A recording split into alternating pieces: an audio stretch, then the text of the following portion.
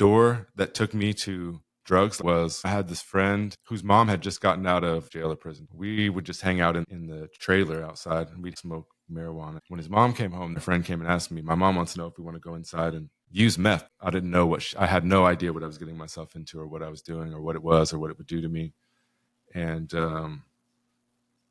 I just remember my friend's mom down in the basement. She had a light bulb that she did something to, shook it around, and then she had some crystals that she put in there, lit it with a light bulb, gave all of us a straw, and I tried it, and it was like the best thing ever. People talk about when they talk about a warm hug. It wasn't like that at all. Like it was more like all the insecurities and lack of confidence and all of that. It just was like, bam, all came together at once and felt confident to say whatever was on my mind, to do whatever without hesitation. We often talk about the bad things about drugs, but that would be one of the positives, I would think. Not saying it's sustainable long term, but it's like all these things that were disconnected became connected within me. Would just dabble with it here and there on a weekend or something. Basically at night, you'd stay up all night long and go home and go about your life. And I was actually doing really well and had the best job I'd ever had at the time, worked for Citibank. I started to have more issues in how I felt about myself, and I ended up using on like Friday night,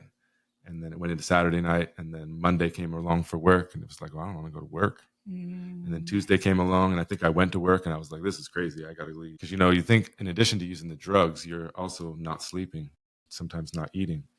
And so you think about if you just don't even use any drugs, but if you don't sleep for 4 days, 5 days, 6 days, on what it does to you. And I think during this time, I had a nice truck and was making money. And so I was a popular guy, because I had resources that other people didn't necessarily have. And I had a friend named Bubba. And I remember that he called me. I don't remember how, because it was like way before the days of iPhones. But somehow he got a hold of me and asked me to come pick him up. And so I went over to this house, and I went in there, and it was like what you would say like a crack house. Like it was nasty. It was, dirty dishes everywhere, clothes everywhere, pipes and paraphernalia and cans and all sorts of stuff everywhere.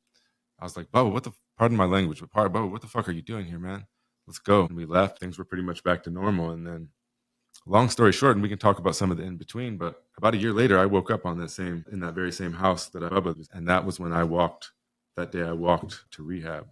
I decided I was done and walked out. Sorry, do you remember having that exact realization that morning of reflecting on when you said that to Bubba?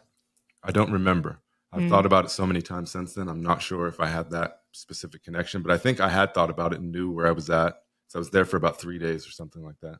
I just remember I woke up and I had looked around me and I was like, this ain't me. And something just clicked in me. And I was like, I'm not doing this. And the lady, this was another friend, mom. The mom this lady who had an oxygen tank and would smoke meth and weed and cigarettes back to back to back while she had her oxygen and get all her kids' friends high. That's the kind of place it was. But anyway, she asked me, Ace, can you go to the store and get some cigarettes? And she gave me $10, which is worth a little bit more back then, I think.